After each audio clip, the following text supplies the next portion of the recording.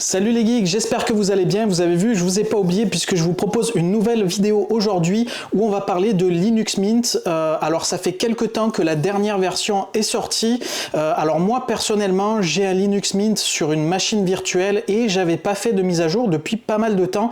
Et du coup, ça va être l'occasion pour moi de vous montrer un petit peu comment faire un upgrade de version majeure sur Linux Mint. On va se plonger sur ma machine virtuelle et puis on va voir un petit peu comment se déroule une mise à jour pour aller ensuite découvrir cette dernière version de Linux Mint. Donc dans cette vidéo, on va voir un petit peu comment faire l'upgrade directement depuis votre ordinateur et ensuite on découvrira l'interface et les nouveautés qu'il y a dans cette nouvelle version de Linux Mint. Alors pour ceux qui connaissent pas Linux Mint, je vais vous en toucher deux mots puisque c'est une distribution qui est vraiment cool à utiliser au quotidien.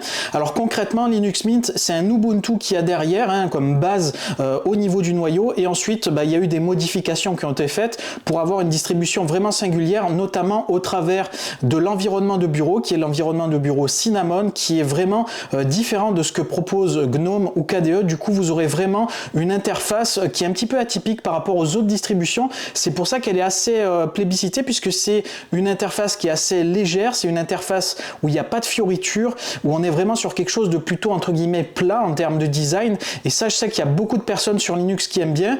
Également, elle est réputée parce qu'elle est très stable et agréable à utiliser au quotidien. Il y a le lot d'applications vraiment qui va bien et vous retrouvez également les qualités d'un Ubuntu derrière, puisque vous aurez les mises à jour de sécurité, vous aurez bien sûr la large communauté qui pourra vous aider, vous avez le gestionnaire de paquets Aptitude et les paquets qui vont avec. Bref, c'est une distribution qui est vraiment pas mal. Alors je vous avoue que Linux Mint, c'est une distribution que j'aime beaucoup, mais elle a été détrônée par Zorin OS que je vous ai présenté récemment, où j'ai vraiment eu un gros coup de cœur. Bref, voilà un petit peu les grandes lignes pour Linux Mint, et de toute façon dans cette vidéo vous verrez un petit peu l'interface, comme ça vous permettra aussi de vous familiariser avec ce système d'exploitation. Comme d'habitude, si jamais vous tombez sur cette vidéo un petit peu par hasard ou que vous ne connaissez pas ma chaîne, n'hésitez pas à vous rendre sur celle-ci et à découvrir toutes les vidéos que je propose. Je propose des vidéos vraiment variées sur des thématiques un petit peu différentes, mais toujours un petit peu sur l'univers des geeks. Vous trouverez d'autres distributions Linux en découverte, également des tutoriels, des trucs et astuces. Il y a également des tests produits, on parle jeux vidéo, on parle cinéma, bref, ici c'est une chaîne pour les geeks, donc si jamais ce type de contenu ça vous intéresse, n'hésitez pas à vous abonner. On est bientôt 10 000 sur la chaîne, on s'approche, en tout cas c'est le prochain objectif, donc n'hésitez pas à nous rejoindre, à faire grossir les rangs. Également, si ça vous intéresse, j'ai un site qui est totalement gratuit, que je développe par mes soins et que j'alimente également par moi-même, qui s'appelle la revuegeek.com. Ce site il est fait pour vous, il est accompagné d'applications mobiles, donc sur Android et sur iPhone, que vous pourrez télécharger et vous pourrez découvrir des contenus un petit peu, je dirais, à côté de ce que je propose sur la chaîne, donc avec des articles d'actualité, des trucs et astuces, il y a également des bons plans. Bref, c'est également un site pour les geeks, donc n'hésitez pas à le télécharger ou à vous y rendre et à le mettre à vos favoris. Allez, il est temps de partir sur mon Linux Mint, let's go!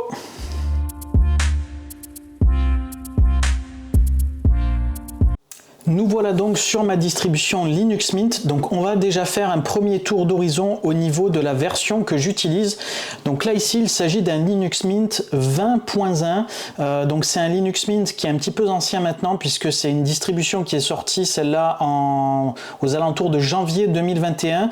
Donc du coup j'ai quand même pas mal de retard sur les mises à jour. Donc ça va être l'occasion justement de voir comment se passent des mises à jour majeures sur cette distribution, voir si tout se passe bien. Et ensuite bien sûr, une fois qu'on aura fini nos mises à jour, on pourra faire un tour d'horizon sur la dernière version de Linux Mint. Alors ce qui est bien avec Linux Mint, c'est que c'est assez facile pour réaliser des mises à jour.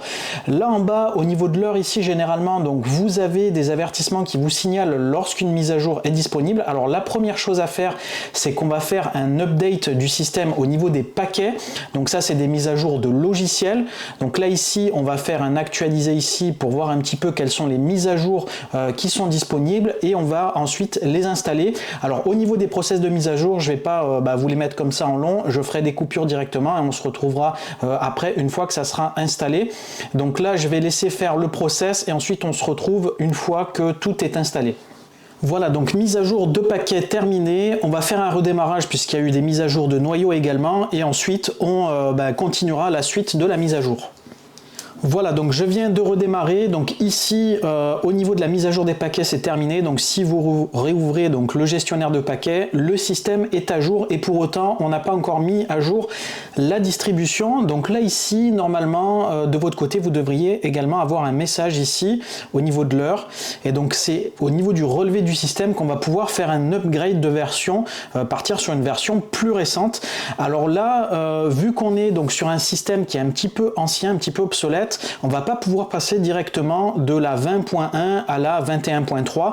Donc là, il m'est proposé une mise à jour vers Linux Mint 20.3. Donc on va faire celle-ci. Donc on va voir comment ça se passe. Je vous laisserai le process de mise à jour à l'image. Et ensuite, on se retrouvera une fois que la mise à jour sera terminée. Et il faudra encore répéter l'opération pour que on puisse disposer du dernier système disponible sur Linux Mint. Une fois que vous lancez le processus de mise à jour, vous avez le droit à un petit installateur comme ça où vous allez avoir quand même pas mal d'informations sur la mise à jour. Notamment, vous aurez accès à la note de version disponible directement sur le site internet en cliquant sur le lien. Vous aurez également les principales nouveautés de la distribution que vous êtes en train d'installer. Et ensuite, il y a des prérequis si jamais il y a besoin de vous les signaler. Donc là, je comprends les risques, etc. Donc il faut le cocher. Donc bien attention, faites bien une sauvegarde. Puisqu'on n'est pas à l'abri d'un pépin. Moi, j'ai jamais eu de problème avec le process de mise à jour de Linux Mint, mais vous pourriez peut-être vous éventuellement en rencontrer. Donc toujours pensez à faire des sauvegardes. Donc là, je vais faire appliquer. On tape notre mot de passe. Hop, et ensuite on va lancer le processus tranquillement et le laisser faire, puisque là tout se fait tout seul. C'est un petit peu comme sur Windows ou macOS, vous ne vous prenez pas la tête et le process se fait tout seul.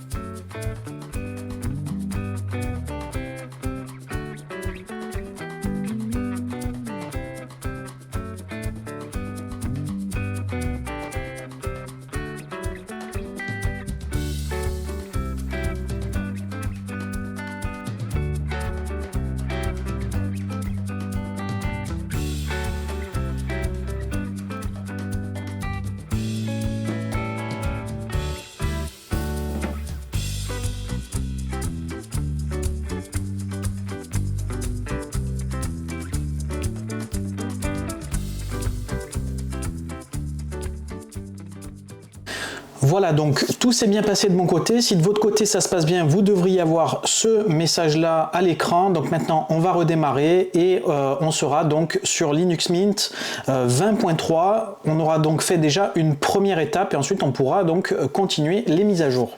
Voilà, redémarrage terminé. Donc en apparence, rien n'a vraiment changé. On va quand même contrôler et vous allez voir qu'on est bien passé sur Linux Mint 20.3. Alors honnêtement, je ne sais pas exactement les nouveautés qu'il y avait sur ce système-là. On va pas s'attarder dessus et on va passer directement à la mise à jour suivante. Alors pour continuer, comme tout à l'heure, vous cliquez à côté de l'heure sur l'icône relevé de système. Donc moi, je l'avais déjà fait.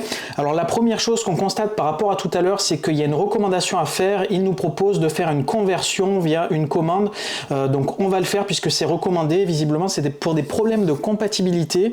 Donc ici on va lancer le terminal et on va lancer la commande qu'il nous propose. Donc c'est apt install user merge. Donc ensuite il faudra redémarrer. Donc c'est ce qu'on fera. Donc on va faire apt install usr merge. Hop. Donc on tape notre mot de passe. OK. On va faire oui. Et donc tranquillement, il va faire donc l'installation. Voilà, c'est super rapide. Il nous reste plus qu'à redémarrer et on repartira ensuite sur cette page. Donc le redémarrage s'est bien passé. Maintenant, on va pouvoir partir sur le process d'upgrade vers Linux Mint 21 au nom de code Vanessa. Donc c'est pas encore la toute dernière version. Alors là, si vous cliquez sur le bouton, il va vous renvoyer vers la doc officielle. C'est pas comme tout à l'heure, il n'y a pas de process pour ça parce que c'est une mise à jour majeure. Et donc là, du coup, ça nécessite une petite commande directement à passer sur le terminal. Donc là, on va fermer la fenêtre, on va ouvrir notre terminal ici. Et on va lancer la commande sudo mint upgrade. On va taper le mot de passe.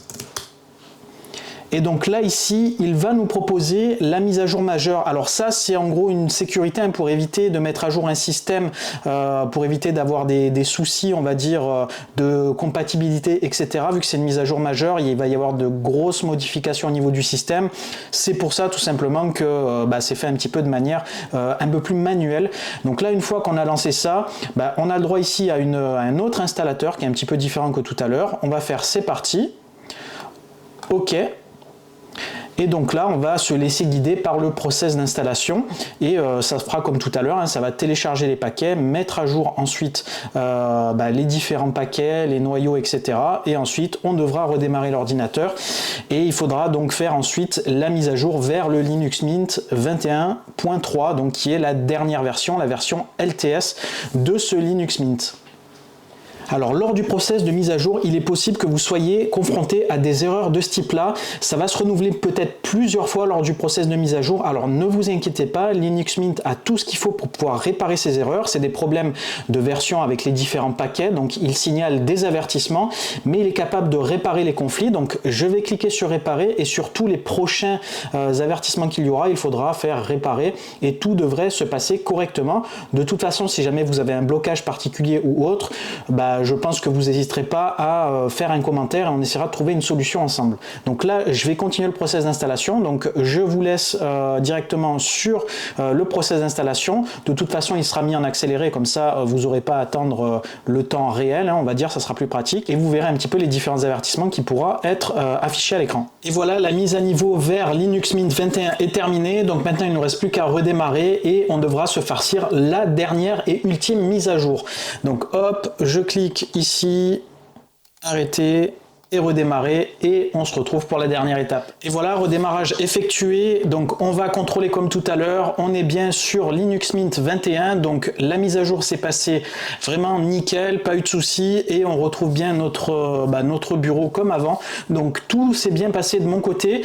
Donc maintenant pour la dernière étape, donc il va falloir faire une mise à jour de paquets, donc ça je vais le faire directement et ensuite donc on aura la dernière étape, donc avec ici la mise à niveau disponible. Donc comme la première étape, donc je vais pas vous reprendre encore une ultime étape, ça sera un petit peu lourdingue, donc je vais faire la mise à jour et on se retrouvera directement sur Linux Mint 21.3, nom de code Virginia. Comme ça on pourra aller découvrir un petit peu l'interface pour ceux qui connaissent pas et voir un petit peu quelles sont les petites nouveautés qu'il y a eu.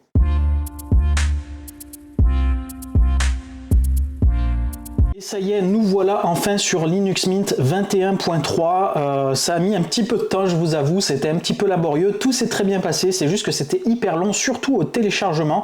Je sais pas, il y avait un débit vraiment un peu bidon pour les paquets. Bref, dans tous les cas, je suis arrivé à mes fins. Donc là, ici, on va ouvrir les informations système et on est bien sur Linux Mint 21.3. Donc ici, comme vous avez peut-être vu, pour ceux qui connaissent bien Linux Mint, on est sur la dernière version de Cinnamon avec cette distribution là et ici il y a eu des petits changements, notamment ici au niveau de la barre de menu, il y a des boutons qui sont un petit peu différents. Bref, il y a eu un léger restylage, c'est plutôt agréable je trouve et donc voilà, on est bien sur cette nouvelle version. Alors finalement, quoi de neuf avec cette version 21.3 de Linux Mint? Alors on va aller sur la note officielle du site Linux Mint qui va nous en dire plus sur les nouveautés apportées sur cette version là. Alors la première chose qu'on peut voir, c'est que c'est une version LTS, donc vous aurez un support à long terme jusqu'en 2027, donc votre système sera mis à jour jusqu'à cette date là, donc de quoi être tranquille pour quelques années. Alors c'est un système qui est compatible avec le Secure Boot, donc totalement compatible, donc pas de souci pour l'installer sur des ordinateurs à base de BIOS, à base également de FI, donc c'est un système globalement qui sera quand même compatible avec pas mal de machines, même des machines assez anciennes. De toute façon, généralement Linux Mint est assez réputé également pour ça. Alors au niveau des mises à jour, il y a une mise à jour importante qui a été faite au niveau d'Hypnotix a priori, puisqu'ils l'ont bien mise en avant. C'est au niveau des chaînes, vous allez pouvoir les ajouter en favoris. Donc ça en gros, hein, c'est une sorte de lecteur télé, une application qu'il y a dans Linux Mint et vous allez pouvoir directement ajouter les chaînes, vos chaînes préférées directement ensemble et vous pourrez directement ensuite les retrouver regroupées ici. Donc c'est quand même assez pratique. Bref, il y a eu un restylage sur cette application là. Alors je l'utilise pas particulièrement, mais pour ceux qui l'utilisent, ça peut être quand même plutôt cool. Vous pouvez également ajouter des chaînes supplémentaires, des chaînes externes depuis des URL, donc ça aussi, ça peut être intéressant pour ceux qui en ont le besoin. Donc après, je ne vais pas creuser sur les autres fonctionnalités, c'est un petit peu plus spécifique à YouTube. Donc autre grosse nouveauté, donc ça on l'a vu en introduction, c'est l'apport de Cinnamon 6, donc qui est la dernière mouture de Cinnamon, l'environnement de bureau de Linux Mint.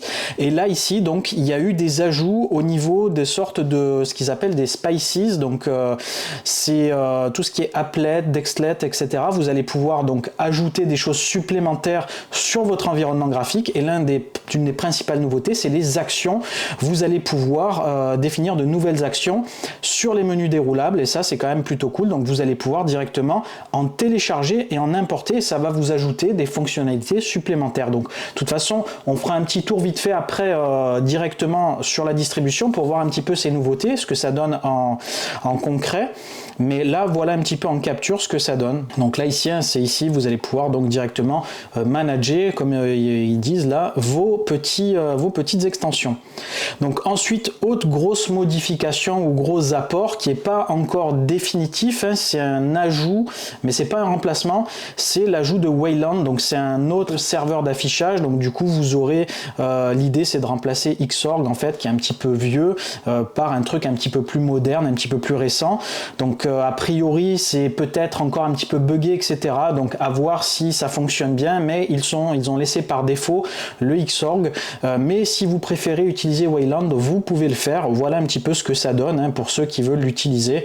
Voilà, il n'y a pas de gros changements majeurs, mais on voit quand même quelques petites variantes par rapport à Xorg. Voilà, donc ça c'est au niveau, je dirais, des trucs majeurs. Ensuite ici il y a d'autres petits avantages, petites améliorations qui ont été apportées à Cinnamon 6. Bon, des corrections de bugs, des améliorations de performance. Ils ont donc remis le scaling à 75%, l'opacité qui a été un petit peu changée. Bref, voilà, c'est des trucs un petit peu mineurs que vous peut-être remarquerez directement. Donc autre amélioration, donc sur l'application Warpinator, vous pouvez maintenant connecter un autre appareil manuellement directement, soit avec une adresse IP ou un QR code. Donc moi je n'utilise pas spécialement cette application, mais pour ceux qui l'utilisent, ça c'est nouveau, donc sachez-le. Donc ensuite, vous avez un lot de fonds d'écran, des nouveaux fonds d'écran a priori qui ont l'air bien jolis. Donc on ira également jeter un œil directement aussi sur l'environnement de bureau. Donc voilà en gros pour les principales nouveautés. Alors cette fois-ci c'est la release note, donc il n'y a pas seulement des informations de mise à jour, il y a également des informations au cas où vous auriez des difficultés techniques ou des informations importantes à savoir. Alors on va pas tout regarder parce qu'il y a des trucs quand même assez techniques, en plus c'est en anglais. Mais en gros, ce qu'il y a à savoir là ici, c'est que le Snap Store a été désactivé par défaut, donc vous pouvez le réactiver, mais à la place on aura plutôt les Flatpak.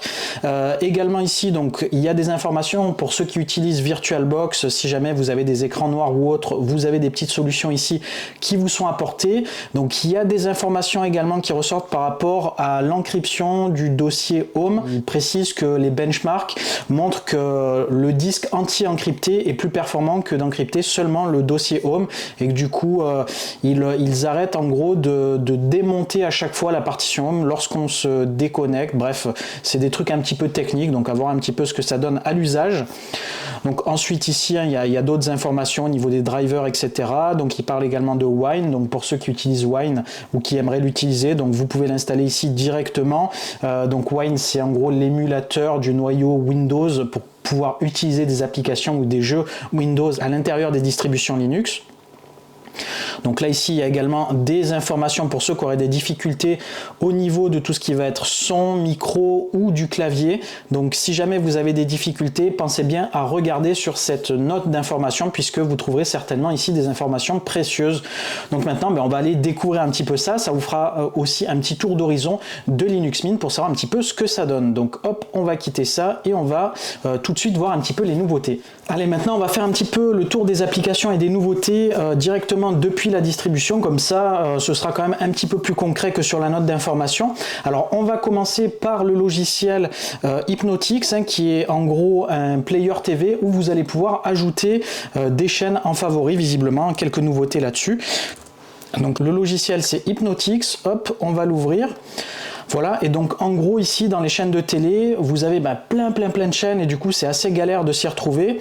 Donc là je vais choisir la France et ici vous allez pouvoir directement sélectionner des chaînes en favoris en fait ici et vous allez pouvoir les retrouver facilement. Donc par exemple ici si vous ajoutez ici des chaînes, l'équipe TV par exemple, TF1, et que vous retournez à l'accueil, hop, vous allez pouvoir les retrouver directement ici et ça sera quand même beaucoup plus facile de pouvoir retrouver vos contenus. Avant ça devait être quand même une usine à gaz, donc ça c'est l'une des principales nouveautés me semble-t-il qui est intéressante. Donc, ensuite, autre application qui a subi des nouveautés, c'est Warpinator. Donc ici vous allez pouvoir donc connecter manuellement via un QR code ou une adresse IP directement un appareil. Donc là ici si vous allez sur le logiciel ici, donc se connecter manuellement et là ici donc vous avez un magnifique QR code et une connexion manuelle. Donc voilà l'une des principales nouveautés sur ce programme. Alors, autre amélioration qui n'a pas spécialement été précisée, c'est au niveau de l'application renommée, donc des fichiers. Ici, donc, on va taper renommeur de fichiers.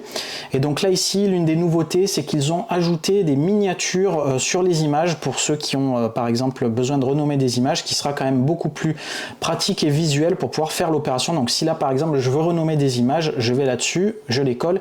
Et ici, on voit un petit peu les miniatures. Et donc ça, c'est une nouveauté qui n'existait pas. Et ça, c'est quand même plutôt bien pratique. Alors autre truc super pratique et super cool qu'on a vu dans la note d'information, et ça c'est propre à Cinnamon 6, c'est la gestion des actions. Donc vous allez pouvoir définir des nouvelles entrées dans les menus déroulants. Alors là ici, on va taper action dans le moteur de recherche et ça va nous ouvrir un panneau. Donc c'est le même un petit peu que vous trouvez ici lorsque vous cliquez droit et vous faites applet, mais là ça va concerner donc les actions au clic. Donc là ici par exemple quand on va dans télécharger, on a une action qui permet d'ouvrir les paramètres système lorsqu'on clique droit sur le bureau. Donc là ici je vais le mettre un peu sur le côté, je vais le télécharger. Donc une fois qu'on l'a téléchargé ici, on va dans gérer, donc il y a une nouvelle entrée qui s'ajoute ici, on va cliquer dessus, faire plus, et là lorsqu'on clique droit, hop, on a un nouveau bouton ici qui s'ajoute, les paramètres système, et ça c'est quand même plutôt pratique puisque vous allez pouvoir facilement ajouter des actions comme ça. Il doit exister plein de trucs plutôt cool auxquels les gens ont pensé, donc c'est quand même super pratique, je trouve ça, c'est une très bonne nouveauté. Et donc si jamais ça vous convient plus, vous faites moins, ça va l'enlever, et quand vous cliquez droit, hop, l'entrée a disparu. Alors on l'a évoqué tout à l'heure, mais Linux Mint apporte de nouveaux fonds d'écran, c'est une habitude avec Linux Mint, sur chaque version vous avez des nouveautés, et on va les voir directement dans les paramètres ici. Donc là bien sûr il y a les classiques Linux Mint, et ici à chaque version vous avez le droit à des fonds d'écran, et cette version échappe pas à la règle. Donc les fonds d'écran sont quand même super stylés comme d'habitude, c'est très souvent des magnifiques fonds de paysages, des photos très souvent vraiment super bien prises avec des belles couleurs, donc ça donne ça fait rêver tout simplement, la mer avec avec des couchers de soleil comme ça, ou le sable forcément quand vous êtes en train de bosser au froid ou je ne sais quoi, forcément ça fait un petit peu voyager. Bref, voilà un petit peu les différents fonds d'écran. Donc bien sûr je sais qu'il y en a certains qui détestent ce genre de fond d'écran et qui préfèrent tout simplement aller chercher sur internet leur propre fond d'écran. Donc bien sûr vous serez libre de faire ce que vous voulez, comme d'habitude sur Linux vous pouvez personnaliser vraiment de manière optimale. Alors je déplace un petit peu comme ça la fenêtre pour que vous puissiez voir mieux certains fonds d'écran. Ça va peut-être cacher ma tête. Hop, je fais comme ça. Voilà, bon, pas besoin de tous les voir, donc je vais en mettre un qui nous permettra quand même de garder de la visibilité. Hop, ok. Bon, je vais remettre le classique de tout à l'heure, comme ça on restera sur une visibilité quand même assez adéquate pour les différentes infos. Donc voilà un petit peu au niveau des fonds d'écran, il n'y a pas grand chose à en dire, mis à part qu'ils sont quand même assez jolis. Puisqu'on est dans l'aspect graphique et dans la personnalisation, autre petite subtilité qui a été ajoutée sur Linux Mint, c'est au niveau de la fenêtre de connexion. Alors la fenêtre de connexion, c'est le premier affichage lorsqu'on saisit notre nom d'utilisateur et notre mot de passe. Alors sur Linux Mint, ceux qui sont habitués, c'est tout à gauche. Vous allez pouvoir tout simplement modifier le positionnement de ce petit bloc. Sur Windows par exemple, il est au centre, là il est à gauche, donc en fonction de vos habitudes, vous pourrez le positionner ici à gauche, au centre, à droite. Donc ça c'est une petite nouveauté qui n'est pas un truc de fou, mais bon, ça mange pas de pain, c'est toujours cool à prendre. Bref, on a fait quand même un petit tour des nouveautés, il n'y a pas eu énormément d'autres choses, après ça reste des subtilités, des choses que ça sert à rien de mentionner, si c'est pour ajouter des petites informations par-ci par-là, l'essentiel a été vu. Alors ce que je vais faire, je vais vous faire découvrir quand même un petit tour au niveau du menu démarrer, les applications qui sont présentées au niveau des paramètres, quelles sont un petit peu les options qu'on peut avoir. On va ouvrir le terminal, on va ouvrir également le gestionnaire de fichiers pour que vous voyez un petit peu l'interface, à quoi elle ressemble pour ceux qui connaissent pas Linux Mint, puisque ceux qui connaissent forcément, vous avez peut-être déjà le système chez vous, donc ça va pas vous intéresser, mais je sais qu'il y a certains qui se posent la question, est-ce que c'est bien, est-ce que c'est pas bien, et ça vous donnera un visuel en fait sur cette distribution. Donc là au niveau en gros de Linux Mint, vous avez un menu principal ici, un petit peu comme le Windows 7, le vieux Windows, où vous avez ici des actions sur le menu gauche principal, des raccourcis avec les paramètres, les applications, etc. Et ici, vous avez des catégories où vous allez retrouver vos applications. Et comme vous pouvez le voir sur Linux Mint, c'est quand même assez riche d'applications. Donc, notamment au niveau accessoires, par exemple, vous avez capture d'écran, clavier virtuel, créateur de clé USB, gestionnaire de disque, donc pour les partitions, éditeur de texte, formatage de clé USB, donc c'est encore autre chose. Vous pouvez soit créer des clés USB bootables ou carrément gérer tout ce qui va être formatage, donc gestionnaire d'archives, tout ce qui est BZIP, etc. Les mots de passe et les clés, donc gestionnaire de mots de passe, vous avez un gestionnaire de notes, donc vraiment pas mal de choses. On l'a vu aussi tout à l'heure, il y a le renommeur de fichiers en masse, donc ça c'est super pratique lorsque vous avez des actions à faire en masse. C'est vraiment un système qui est proche de l'utilisateur puisqu'il propose vraiment beaucoup d'applications clés en main pour que vous ayez un système, je dirais, vraiment complet. C'est pour ça qu'il est vraiment très plébiscité ce système. Là ici, donc vous avez une suite bureautique, donc c'est un classique sur Linux, c'est LibreOffice, mais ça fait vraiment le job, ça marche vraiment très très bien. Et vous avez toute la suite qui est préinstallée, pas besoin d'aller la télécharger. Donc au niveau pareil graphisme, donc vous avez dessin, vous avez Pix, donc qui est en gros un gestionnaire d'images, et vous avez même l'éditeur GIMP, donc qui est le Photoshop de Linux, donc c'est quand même cool, préinstallé aussi, vous prenez pas la tête. Donc là vous avez également des applications, alors il y en a certaines que j'ai ajoutées après ultérieurement comme Google Chrome, celle-là il me semble pas qu'elle soit par défaut. Donc programmation pareil, Visual Code, c'est moi qui l'ai installé. Donc ensuite ici vous avez également la possibilité d'ajouter des applications comme Kodi de manière supplémentaire. Il y a sinon des applications comme on l'a vu, Hypnotix, qui est très très cool, où vous retrouvez les chaînes de télé sans avoir à chercher à vous prendre la tête avec des URL ou autre, tout est enregistré. Là ici, donc dans l'administration, pareil, vous avez une gestion quand même complète, gestionnaire de pilote, gestionnaire de paquets, vous avez un moniteur système, donc qui est quand même bien foutu aussi, système d'alimentation, donc bref, tout est complet aussi ici. Donc par exemple, on va faire un petit tour au niveau du moniteur système. Donc là ici vous pourrez gérer vraiment tous vos process ici avec les mémoires utilisées. Vous pouvez directement les arrêter, les tuer, donc si jamais il y en a qui sont plantés. Donc là ici vous avez l'état de votre CPU, de votre mémoire vive.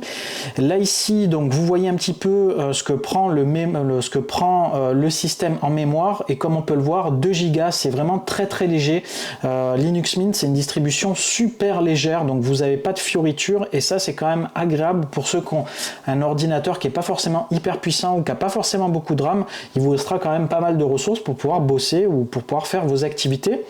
Alors là ça sera pas forcément représentatif puisque j'ai installé des trucs en plus, et donc ensuite dans les préférences ici aussi vous avez pas mal de trucs que vous pouvez personnaliser, donc je vais pas faire le tour de tout, mais c'est quand même assez complet. Donc là ici hop, on va ouvrir les préférences. Donc là ici vous allez pouvoir gérer les effets, donc tout ce qui est fond d'écran, les polices, vous pouvez même gérer donc des thèmes. Donc ça c'est quand même des trucs plutôt cool. Donc il gère le thème sombre, le thème clair, donc ça aussi c'est quand même des choses qui sont plutôt cool aujourd'hui dans les systèmes, de pouvoir gérer ça, même si ça commence à être quasiment la norme aujourd'hui. Voilà, vous pouvez gérer plein de trucs, donc ça c'est plutôt cool. Je ne vais pas tout vous faire les trucs détaillés puisque ça serait un petit peu saoulant après à voir, c'est surtout pour vous faire découvrir un petit peu les possibilités du système. Et donc ensuite, au niveau de tout ce qui est explorateur, voilà un petit peu ce que ça donne, hein. Vous ne serez pas dépaysé, on est sur quelque chose quand même d'assez commun avec les autres trucs. Alors c'est pas forcément mon préféré d'explorateur, là on reste quand même sur quelque chose d'assez classique, donc ça plaît ou ça ne plaît pas, mais voilà un petit peu, donc vous avez comme ça des trucs vraiment très statiques. Donc ici vous avez la possibilité de changer les tailles comme ça. Alors ce qui est cool ici, c'est que vous avez hop le petit sélecteur ici pour pouvoir changer les tailles des icônes. Donc pareil au niveau des images ici, vous avez ici la possibilité de voir vos images comme ça directement, donc ça c'est quand même assez pratique. La visionneuse d'images, hop, voilà, elle est comme ça, donc vous pouvez faire des rotations. Voilà, vous l'avez reconnu, c'est notre ami Dexter Morgan. Hop, voilà. Donc voilà un petit peu pour ce tour d'horizon de Linux Mint. Donc en tout cas, moi c'est une distribution que je garde toujours sous le coup d'œil. Donc ça c'est une VM qui me sert pour faire du dev ou autre, et également pour faire les vidéos. Donc celle-là je vais bien la suivre au niveau des mises à jour, et je ne manquerai pas de vous faire part de toutes les nouveautés qui seront apportées sur cette distribution. Donc je pense qu'on a fait quand même un tour complet sur ce Linux Mint. Donc il est temps de vous laisser sur la conclusion. Voilà, on a fait le tour sur la mise à jour de Linux Mint. Alors j'espère que cette vidéo elle vous a plu et que vous avez vu comment procéder à une mise à jour majeure de Linux Mint. Comme vous pouvez le voir, Linux Mint intègre tous les applicatifs directement dans le système pour faire des mises à jour, des upgrades majeurs sans trop se prendre la tête, sans avoir d'erreurs et de difficultés. Il gère les conflits avec les gestionnaires de paquets et autres directement, automatiquement, et moi en tout cas pour ma part, j'ai pas eu de soucis. Dans tous les cas, si vous rencontrez des difficultés ou autres, n'hésitez pas à les poster en commentaire, je pourrais essayer de vous aider, ou d'autres peut-être abonnés pourraient essayer de vous aider. Donc n'hésitez vraiment pas à le poster en commentaire. Également, n'hésitez pas à me poster en commentaire votre avis sur cette dernière mouture de Linux Mint, puisqu'il y a eu quand même quelques nouveautés, même si c'est pas révolutionnaire. Voir un petit peu s'il y a des choses qui marchent plus bien, ou que vous êtes déçu ou peut-être content. Ça pourrait être aussi intéressant de pouvoir débattre sur ce sujet. Concernant les prochaines vidéos, j'ai encore une liste longue qui m'attend comme d'habitude, vous le savez. Dès que j'ai une idée, je la note, et la liste grossit. Et en plus, j'ai pas mal de produits à vous présenter. Donc n'hésitez pas à vous abonner, à activer la cloche de notification. Également un max de likes, ça me fera énormément plaisir. Donc moi, je vous dis à très bientôt. Portez-vous bien. Ciao les geeks!